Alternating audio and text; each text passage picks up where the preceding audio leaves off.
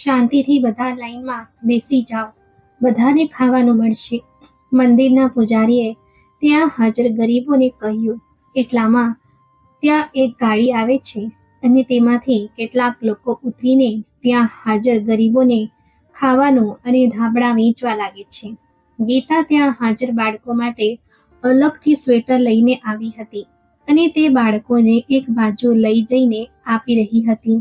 જ્યારે બાળકોને સ્વેટર આપવાનું પૂરું થયું ત્યારે તે પોતાના પરિવારની મદદ કરવા લાગી અને બધાને ખાવાનું વેચવા માંડી. ખાવાનું વેચતા વેચતા જ્યારે તે એક છેલ્લા ગરીબ પાસે પહોંચી ત્યારે તે ખૂબ જ નવાઈ સાથે તે વૃદ્ધને જોવા લાગી. તે વૃદ્ધ માથું નમાવીને બેઠા હતા. ફાટેલા તૂટેલા કપડાં, ફાટેલી ચંપલ અને ઠંડીથી ધ્રુજી રહ્યા હતા.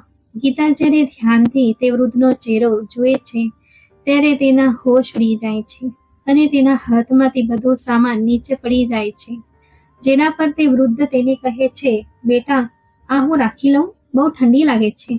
એક ધાબળાથી મારું ગુજરાન નથી થતું. તું ઈચ્છે તો મને ખાવાનું ન આપતી. ગીતા તે વૃદ્ધની વાત સાંભળીને રડી પડે છે અને કહે છે, પપ્પા, તમે મને ઓળખી નહીં? હું તમારી પરી. તમે અહીં અને આ હાલતમાં? તે વૃદ્ધ ગીતાની વાતો સાંભળી તો રહ્યો હતો પણ કદાચ કંઈક સમજી શકતા નહોતા અને આ વાતથીને બસ ગીતાને જોઈ રહ્યા હતા. ત્યાં જ મંદિરના પૂજારી પાછળથી આવીને કહે છે, શું તું આમને ઓળખે છે? હા, આ મારા પિતા અશોક મલ્હોત્રા છે, ગીતાએ કહ્યું. પૂજારીએ કહ્યું, દીકરી, આ કોણ છે અને ક્યાંથી આવ્યા છે એ તો ખબર નથી. બસ એક દિવસ કોઈ આમને અહીં બેસાડીને જતું રહ્યું. ત્યારથી તેઓ અહીં મંદિરની બહાર જ રહે છે. નવાઈની વાત તો એ છે કે તેમને પોતાના જીવન વિશે કંઈ જ યાદ નથી. પણ તું કહી રહી છે કે આ તારા પિતા છે, તો પછી એમની આવી હાલત? કંઈક સમજાયું નહીં. ગીતાએ કહ્યું, પંડિતજી, મારા પપ્પાને મારા ભાઈ મદન પોતાની સાથે અમેરિકા લઈ ગયા હતા અને ત્યારથી રોજ ફોન પર મારી પપ્પા સાથે વાત થાય છે. તો પછી તેઓ અહીં શું કરી રહ્યા છે અને તે પણ આવી હાલતમાં? હું પોતે હેરાન છું. કાં તો પપ્પાને ભાઈએ અહીં છોડ્યા છે અથવા પપ્પા ત્યાંથી પોતે જ આવી ગયા હશે. હવે આમને તો કંઈક યાદ નથી કે જેમને પૂછું કે આખરે મામલો શું છે. હવે તો મદન જ આખી વાત જણાવી શકે. અત્યારે જ ભાઈને ફોન કરું છું. આટલું કહેતા ગીતા મદનને ફોન કરવા લાગી. મદને ફોન ઉપાડ્યો એટલે ગીતાએ પૂછ્યું, હેલો ભાઈ, કેમ છો? શું કરતા હતા? સુધીરે કહ્યું, કંઈ નહીં, બસ તારી ભાભી સાથે બહાર શોપિંગ પર જવાની તૈયારી કરી રહ્યો હતો. હું કહે, આજે તો તારે ત્યાં પૂજા હવન છે ને, તેની તૈયારી થઈ ગઈ? ગીતાએ કહ્યું, હા, બસ એ જ ચાલી રહી છે. ભાઈ, જરા પપ્પાને ફોન આપો ને, તેમને પૂજાપાઠ ખૂબ ગમે છે ને, તો વિચાર્યું કે વિડીયો કોલ પર જ તેમને દર્શન કરાવી દઉં. મદને કહ્યું, અચ્છા, ઊભી રહે. એટલું કહી મદન પપ્પા પપ્પા કહેતા ફોન આપવા લાગે છે. બીજી બાજુથી બિલકુલ ગીતાના પપ્પા જેવો અવાજ આવે છે જે કહે છે, હા પરી, બોલ બેટા, આજે મારી તબિયત બિલકુલ ઠીક નથી. હું તો દવા ખાઈને સૂઈ રહ્યો હતો. તો ફરી ક્યારેક વિડીયો કોલ કરી લેજે. ત્યારબાદ મદન ફોન પર આવીને કહે છે, ગીતા, પપ્પાને અહીંની ઠંડી સહન નથી થઈ રહી એટલે થોડા સુસ્ત થઈ ગયા છે. તો પછી ક્યારેક વાત કરી લેજે ને. મદનની આ વાતથી ગીતા હેરાન થઈ ગઈ અને તેણે વિચાર્યું કે જ્યારે પપ્પા અહીં મારી સામે બેઠા છે તો ફોન પર તે અવાજ કોનો હતો? પછી તેને યાદ આવ્યું કે જ્યારથી ભાઈ વિદેશ ગયા છે ત્યારથી તે ક્યારેય વિડીયો કોલ નથી કરતા. બસ વાતો કરીને ફોન મૂકી દે છે. જ્યારે પણ તે વિડીયો કોલ કરવાનું કહેતી ત્યારે તે કોઈને કોઈ બહાનું કાઢી લેતો હતો. આખરે આ બધું શું થઈ રહ્યું છે? ગીતાએ વિચાર્યું અને પછી તે અશોકજીને પોતાની સાથે લઈ ગઈ. તેણે પોતાના પતિ નિલેશને કહ્યું, ખબર નહીં નિલેશ, પપ્પાને શું થઈ ગયું છે અને જ્યારે ભાઈ તેમને અમેરિકા લઈ જવાના હતા તો તેઓ અહીં આ હાલતમાં કેવી રીતે? તેઓ મને ઓળખી પણ નથી રહ્યા અને બીજી બાજુ ભાઈ પણ ખબર નહીં આટલા દિવસોથી કોની સાથે મારી વાત કરાવતા આવ્યા છે. નિલેશે કહ્યું, ગીતા, તને પક્કી ખાતરી છે ને કે આ પપ્પા જ છે? કારણ કે હું એટલે આવું કહી રહ્યો છું કે તેઓ તને કે મને ઓળખી નથી રહ્યા. ઉપરથી ભાઈએ પણ તારી વાત પપ્પા સાથે કરાવી. એવું તો નથી ને કે આ કોઈ વેશધારી હોય? ગીતાએ કહ્યું, આવી કેવી વાતો કરો છો તમે? આ મારા પપ્પા જ છે. આ વેશધારી વગેરે ફિલ્મોમાં હોય છે, અસલ જિંદગીમાં નહીં. અને શું હું મારા પપ્પાને નહીં ઓળખું? અહીં કોઈ મોટું કાવતરું થયું છે, પણ ખબર કેવી રીતે પાડું? ભાઈ આટલા દૂર બેઠા છે અને ફોન પર તે સત્ય કહેવાના નથી, અને અહીં પપ્પા પણ બધું ભૂલીને બેઠા છે. આખરે સત્યની ખબર કેવી રીતે કાઢું? નિલેશે કહ્યું, ગીતા, આ બધું પછી કરીશું. અત્યારે સૌથી વધુ જરૂરી છે પપ્પાની સારવાર કરાવવી. એકવાર પપ્પા ઠીક થઈ જાય, બાકીનું બધું તો આપોઆપ જ સાચું થઈ જશે. ગીતાએ કહ્યું, તમે સાચું કહી રહ્યા છો. આ કહીને ગીતા અશોકજીના પગ પાસે બેસીને કહે છે, પપ્પા, તમને તમારી પરી યાદ નથી? પપ્પા, તમારો તો જીવ અમારામાં વસતો હતો, તો પછી તમે અમને કેવી રીતે ભૂલી શકો? કંઈક તો યાદ કરો, કંઈક તો જણાવો પપ્પા. તમે આમ અજાણ ન બની શકો. ગીતા અશોકજીને આ બધી વાતો કહેતા રડી પડી.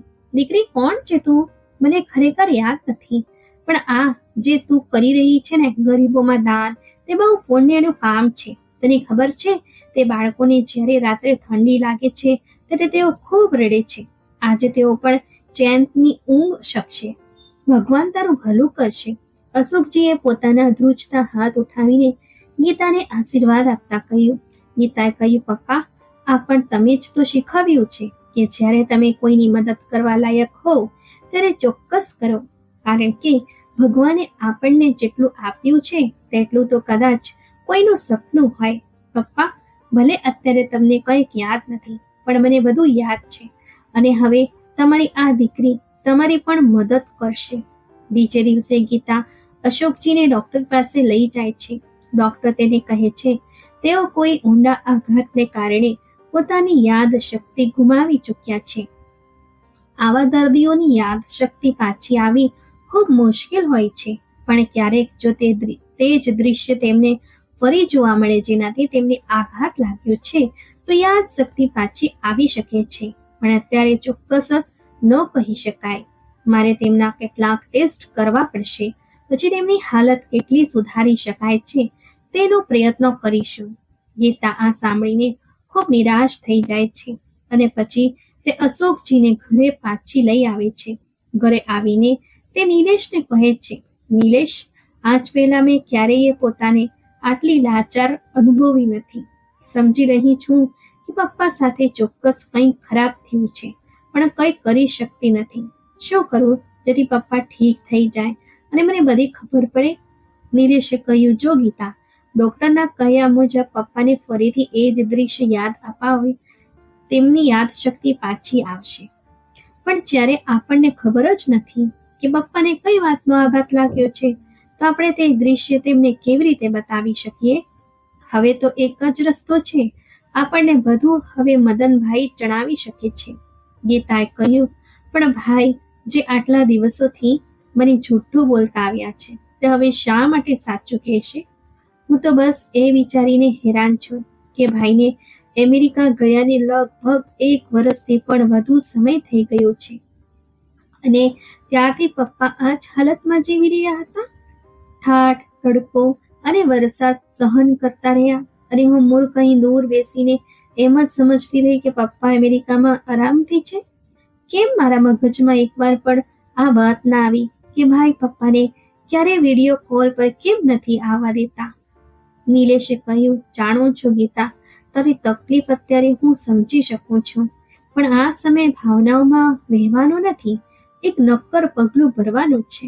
મદનભાઈ એમ જ સત્ય તો નહીં જણાવે, ઉલટું જો તેમને પપ્પા વિશે ખબર પડી જશે તો તેઓ ઇન્ડિયા ક્યારેય પાછા નહીં આવે.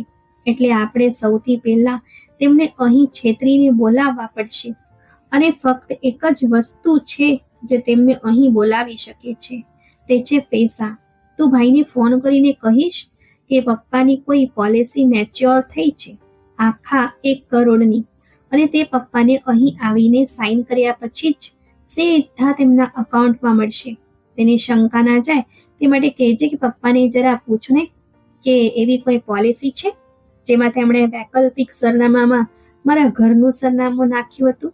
જ્યારે તું એવું પૂછીશ તો તે કાં તો કોઈ બહાનું બનાવશે અથવા કહેશે હા પપ્પા હા કહી રહ્યા છે. પૈસાની વાત સાંભળતા જ તે ચોક્કસ આવશે. ત્યારે આપણે તેની ગરદન પકડીશું અને જ્યારે તે આવશે ત્યારે પહેલા આપણે જોઈશું કે પપ્પાને સાથે ન લાવવાનું તે શું બહાનું બનાવે છે. ત્યાં સુધી પપ્પાને ક્યાંક છુપાવીને રાખવા પડશે. તે જ રાત્રે અશોકજી જ્યારે સૂતા હતા ત્યારે તેઓ ઊંઘમાં જોર જોરથી ચીસો પાડીને કહેવા લાગ્યા, મેં તેને નથી માર્યો, મેં તેને નથી માર્યો. બેટા તું તો વિશ્વાસ કર. ગીતા અશોકજીના રૂમમાં સૂતી હતી. તે આ અવાજથી જાગી ગઈ, પણ તેણે અશોકજીને જગાડ્યા નહીં. તેને લાગતું હતું કે ઊંઘમાં જ કદાચ અશોકજી કોઈ કામની વાત જણાવી દેશે, પણ તેઓ આ શબ્દો સિવાય બીજું કંઈ ન બોલ્યા અને શાંત થઈને પાછા સૂઈ ગયા. બીજા દિવસે ગીતા મદનને ફોન પર કહે છે જેવું તેને નિલેશે સમજાવ્યું હતું. પછી ગીતા કહે છે, જરા પપ્પાને ફોન આપો ને. જેના પર મદન કહે છે, અરે પપ્પા અત્યારે પોતાના ઉંમરના મિત્રો સાથે બહાર જાય છે. આખો દિવસ ઘરે રહીને કંટાળી જાય છે, એટલે હું જ કહું છું કે બહાર આંટો મારી આવે. અરે હું તેમને કહી દઈશ અને જો આવવાની જરૂર પડશે તો ચોક્કસ આવીશ. પણ એક વાત જણાવ, જો ફક્ત હું જ આવું તો ચાલશે?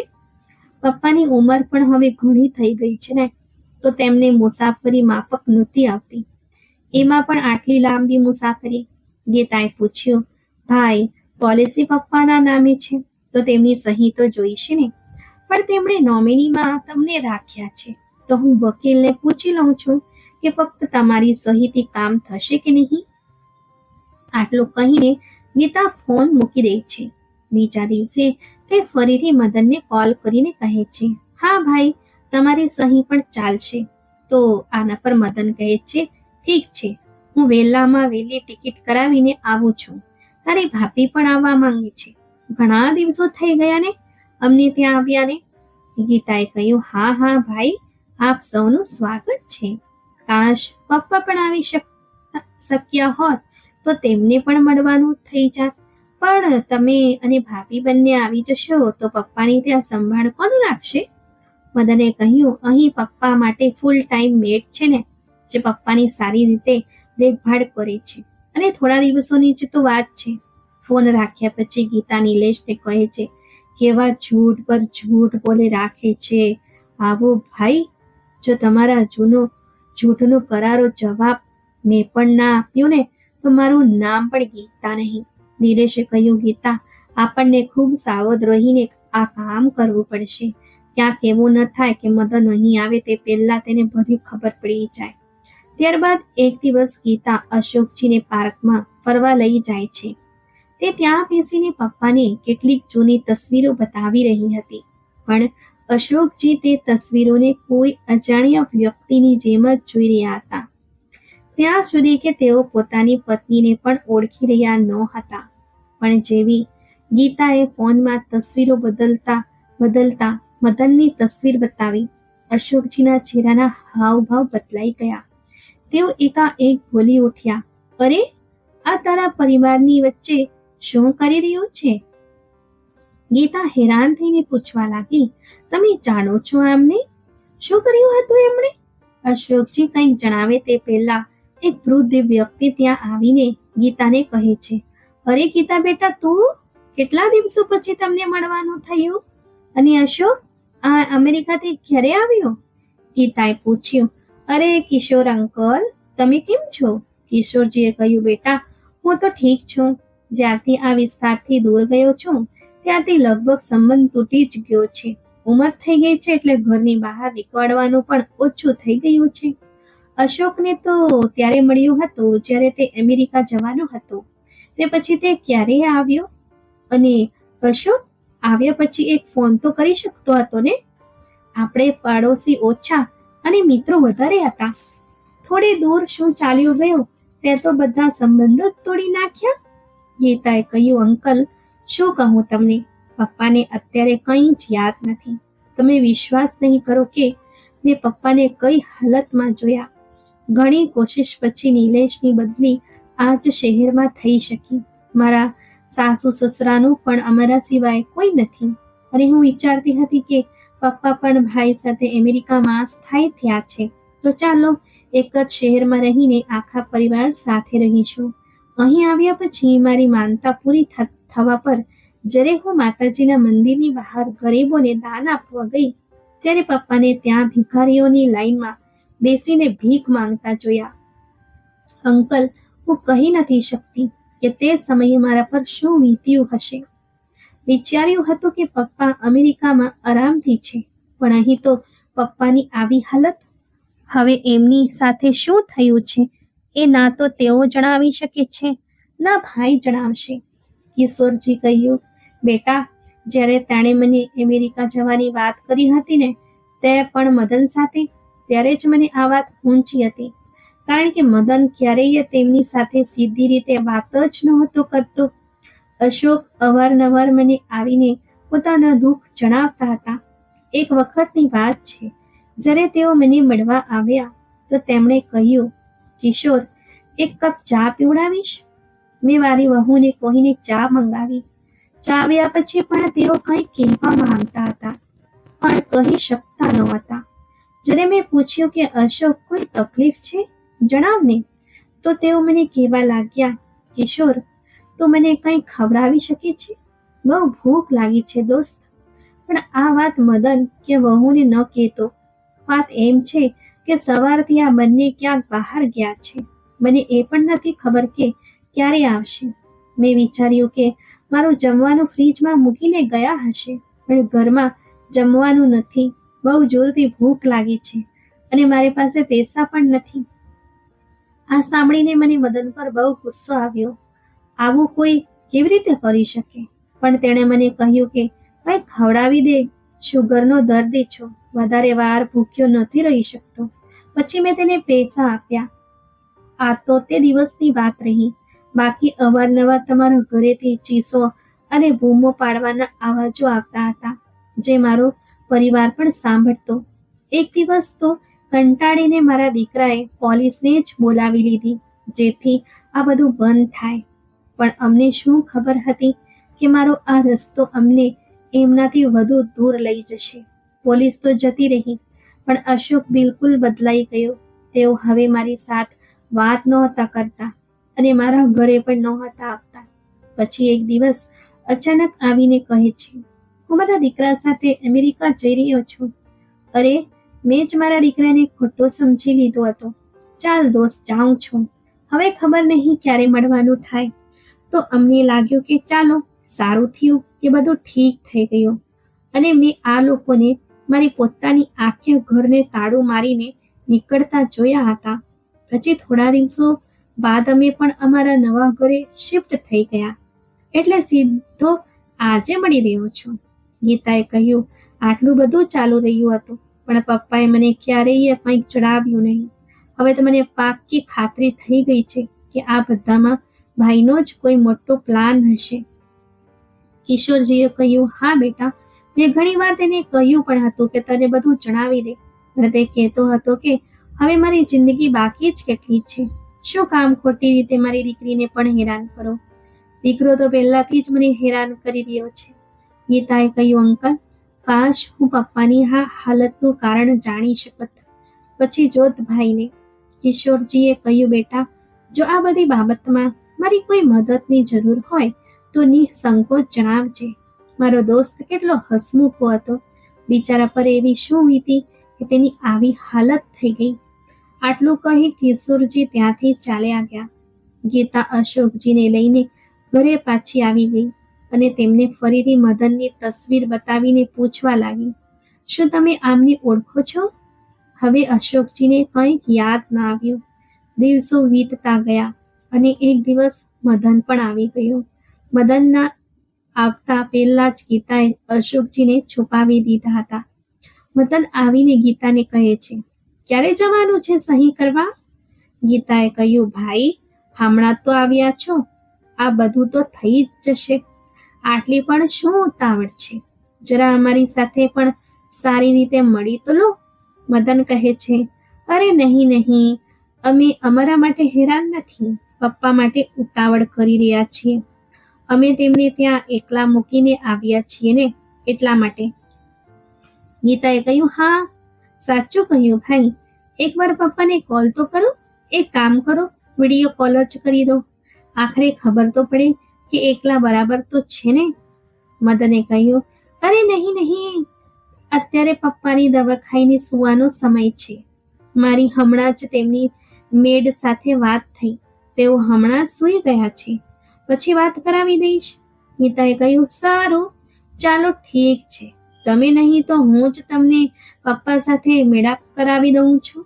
ગીતા આવું કહે છે કે તરત જ નિલેશ પાછળથી અશોકજીને લઈને અંદર આવે છે, જેમને જોઈને મદન અને તેની પત્ની પૂજાની આંખો ફાટેલી રહી જાય છે. ગીતાએ કહ્યું, શું થયું ભાઈ? આટલા કેમ ચૂકી ગયા? તમને લોકોને શું લાગ્યું કે આટલો મોટો કાંડ કરીને તમે લોકો બચી જશો? અરે પોલિસી તો બસ બહાનું હતું તમને લોકોને અહીં બોલાવવાનું. હકીકતમાં તો તમારી આખી સચ્ચાઈ પપ્પાએ મને પહેલા જ જણાવી દીધી હતી. હવે તમે લોકો અમેરિકા નહીં પણ જેલમાં જશો. મદને ગભરાટમાં કહી દીધું, શું પપ્પાએ જણાવી છે? પણ એમની તો યાદશક્તિ જ જતી રહી હતી, તો પછી તેમણે કેવી રીતે જણાવ્યું? ગીતાએ કહ્યું, અરે વાહ, તો બધી ખબર છે તમને.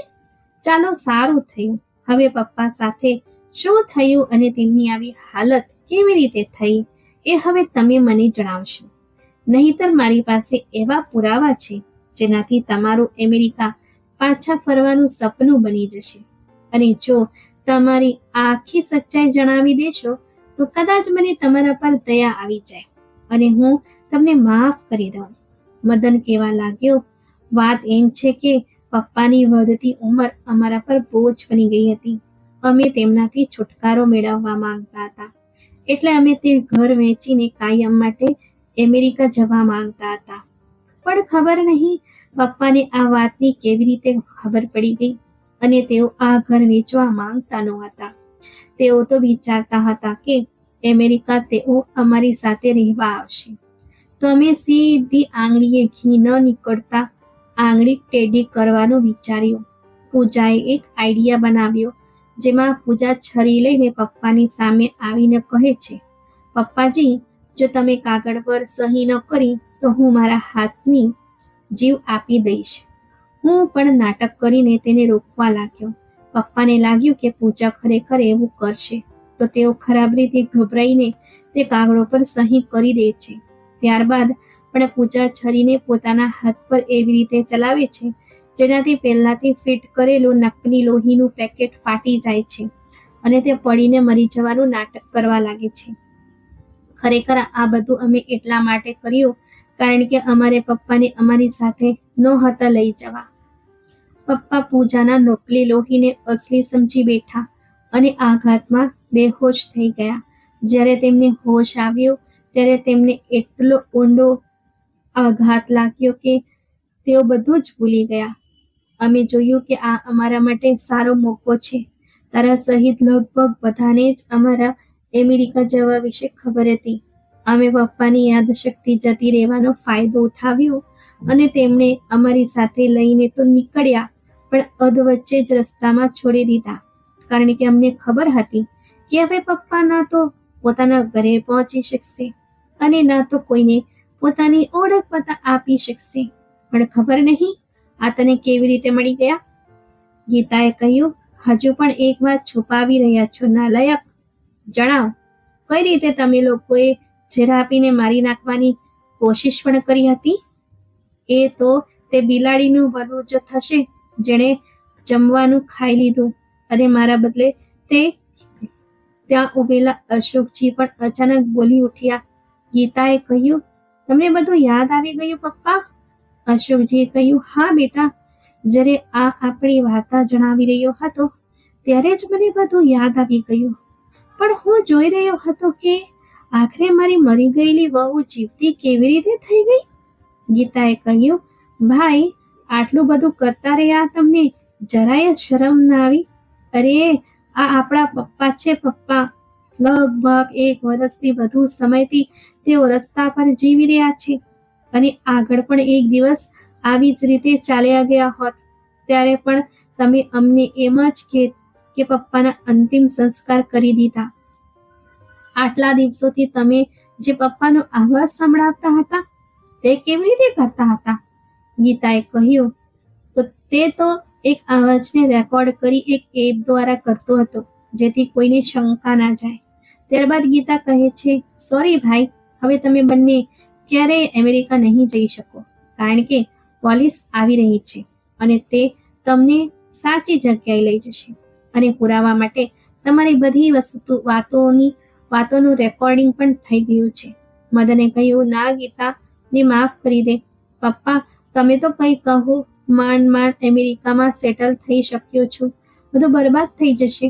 આ સાંભળી અશોકજીએ મદનને એક લાફો મારીને કહ્યું, હવે કેમ માફી માંગે છે? જા, કોઈ બીજી યોજના બનાવ, મને બીમાર બનાવવાની. બેટા, ભગવાનની લાકડીમાં આવાજ નથી હોતો. પછી પોલીસ આવીને મદન અને પૂજાને લઈ જાય છે. ત્યારે ગીતા અશોકજીને ભેટીને કહે છે, પપ્પા, આજે હું બહુ ખુશ છું કે તમે ઠીક થઈ ગયા. તમને મળવા કોઈ બીજું પણ આવ્યું છે, જુઓ. ત્યારે જ કિશોરજી આવે છે અને કહે છે, કેમ ભૂલકડા, મને યાદ છું? અશોકજી હસતા હસતા બોલ્યા, હા, તને કેવી રીતે ભૂલી શકું યાર? કિશોરજીએ કહ્યું, પણ એક વાત જણાવ, તું તો બહુ ખુશ હતો અમેરિકા જવા માટે. ક્યાંથી એવું નહોતું લાગતું કે મદન તારા પર દબાણ કરી રહ્યો છે? અશોકજીએ કહ્યું, હા, કારણ કે થોડા દિવસોથી બંને બહુ મીઠી મીઠી વાતો કરી રહ્યા હતા. મને તો પછી ખબર પડી કે તેઓ આ ઘર વેચીને કાયમ માટે મને ઝેર આપીને મારી નાખવાનો ઈરાદો કરી રહ્યા છે. ત્યારે મેં વિરોધ કર્યો, પણ જુઓ શું માંથી શું થઈ ગયું. કિશોરજી કહેતા હતા કે તે તો આભાર માનાવ તારી દીકરી અને જમાઈનો, નહીંતર. ત્યાં જ ગીતા કહે છે, બસ કરો તમે લોકો, હવે તો ખુશી મનાવવાના દિવસો આવ્યા છે, તો જૂની વાતો ભૂલી જાઓ. અને પછી બધા હસવા લાગે છે. હવે અશોકજીને ગીતા જ પોતાના ઘરમાં પ્રેમપૂર્વક રાખવા લાગી. મદન અને પૂજાએ ઘણીવાર અશોકજીને મળવાની કોશિશ કરી, પણ ગીતાએ પોતાના ઘરના નોકરોને સાફ સૂચના આપી રાખી હતી કે તેમને કોઈ પણ સંજોગોમાં ઘરની અંદર આવવા દેવા નહીં. સાચું જ કહેવાયું છે કે પાપનું ઘડો એક દિવસ ફૂટે જ છે. મદન અને પૂજા સાથે પણ એવું જ થયું. જો તેમણે નિર્દોષ અને ભોળા અશોકજીને ઝેર આપીને મારી નાખવાની કોશિશ ન કરી હોત, તો તેમને પણ જેલની હવા ન ખાવી પડત અને બધા લોકો પ્રેમપૂર્વક પોતાનું જીવન જીવતા હોત. ભગવાને આપણને મનુષ્યોને પોતાના કર્મ કરવા માટે જન્મ આપ્યો છે, પરંતુ ક્યારેક મનુષ્યમાં બદલાની કે સ્વાર્થની ભાવના એટલી પ્રબળ થઈ જાય છે કે તેને ક્યાં જઈને ડૂબાડી દે છે તેની ખબર પણ નથી પડતી. એટલા માટે હંમેશા સારા કર્મ જ કરવા જોઈએ. તો મિત્રો, આશા રાખું છું કે તમને વાર્તા પસંદ આવી હશે. વાર્તા ગમી હોય તો વિડીયોને લાઈક કરો અને ચેનલ પર પહેલી વાર આવ્યા હોય તો સબસ્ક્રાઇબ કરવાનું ભૂલતા નહીં. ધન્યવાદ.